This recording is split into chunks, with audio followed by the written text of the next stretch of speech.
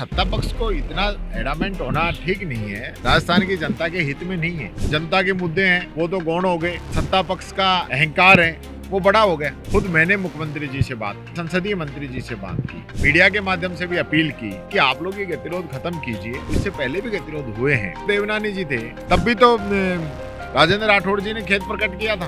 अब बहुत हो गया, ये तमाशा करने की ज्यादा जरूरत है नहीं। गतिरोध को खत्म करें ताकि विपक्ष अंदर जाके बैठे और अपनी बात कहे, अपनी बात कह सकते हैं। और सत्ता पक्ष को इतना एडामेंट होना ठीक नहीं है। ये राजस्थान की जनता के हित में नहीं है। हम सब लोग यहाँ जो आते हैं राजस्थान की जनता की बात कहने के लिए आते हैं। प्रदेश किस प्रकार से आगे बढ़े इसलिए आते हैं। और क्या माहौल बना दिया विधानसभा के अंदर कि आज जो जनता के मुद्दे हैं वो तो गौण हो गए और सत्ता पक्ष का अहम है, अहंकार है वो बड़ा हो गया। यानी हमारे इतने कहने के बावजूद भी खुद मैंने मुख्यमंत्री जी से बात की, खुद मैंने संसदीय मंत्री जी से बात की और लगातार हम ये प्रयास कर रहे हैं गतिरोध खत्म हो। मीडिया के माध्यम से भी अपील की कि आप लोग ये गतिरोध खत्म कीजिए। और ये ऐसा पहला मौका नहीं है कि सदन के अंदर गतिरोध हुआ, इससे पहले भी गतिरोध हुए हैं और हमेशा बैठ के टेबल पे सुलझाए गए हैं। खुद जो देवनानी जी थे ये आसन तक चले गए थे और इनका निलंबन हुआ, तब भी तो राजेंद्र राठौड़ जी ने खेद प्रकट किया था। तब ऐसा क्या हो गया कि भाई ये जो उस बात पे अड़े हुए हैं। और राजेंद्र राठौड़ जी का निलंबन हुआ तो गुलाब चंद कटारिया जी ने खेद प्रकट किया था।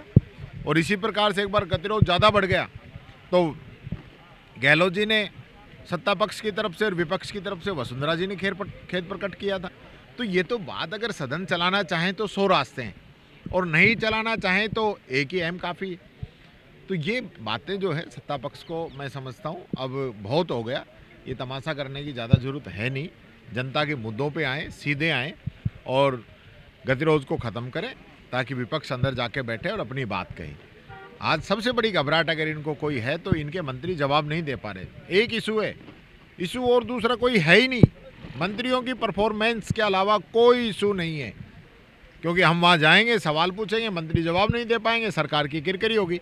तो इससे अच्छा तो यही है ना कि गतिरोध बना रहे और कांग्रेस पे ठीकरा फोड़ते रहो, तो कोई जवाब नहीं देना पड़ेगा। आप दलित नेता है, क्या आपको सदन में बोलने नहीं दिया जा रहा? ये भी एक रणनीति है, पहली बार भी नहीं बोलने दिया जा रहा। देखिए ये दलित की तो बात मैं नहीं कहना चाहूँगा, लेकिन ये ज़रूर है कि ये लोग चाहते हैं कि मुझे नहीं बोलने दिया जाए। पिछली बार भी जब गतिरोध हुआ तो इनके गृह राज्य मंत्री बाहर आके मीडिया में बयान दे गए, वही बयान अगर अंदर दे देते और अगले दिन जब गतिरोध ख़त्म करने की बात हुई उस दिन वो बयान दे दिया तो गतिरोध ख़त्म हो सकता था। लेकिन नहीं, वो मेरी स्पीच ख़त्म करने के बाद में उसके बाद वो बयान दे रहे हैं। तो ऐसा ही आज भी मेरे को लग रहा है, आज भी ये पूरा हल्ला मचा के रखेंगे और कल टेबल पे बात हो जाएगी। तो मेन बात ये है कि इनका बजट क्या है उसको क्रिटिसाइज़ कौन करे, कमियां क्या है ये बताए कौन, उसको ये लोग छुपा के रखना चाहते हैं, इसलिए मेरे को बोलने से रोकते हैं ये लोग।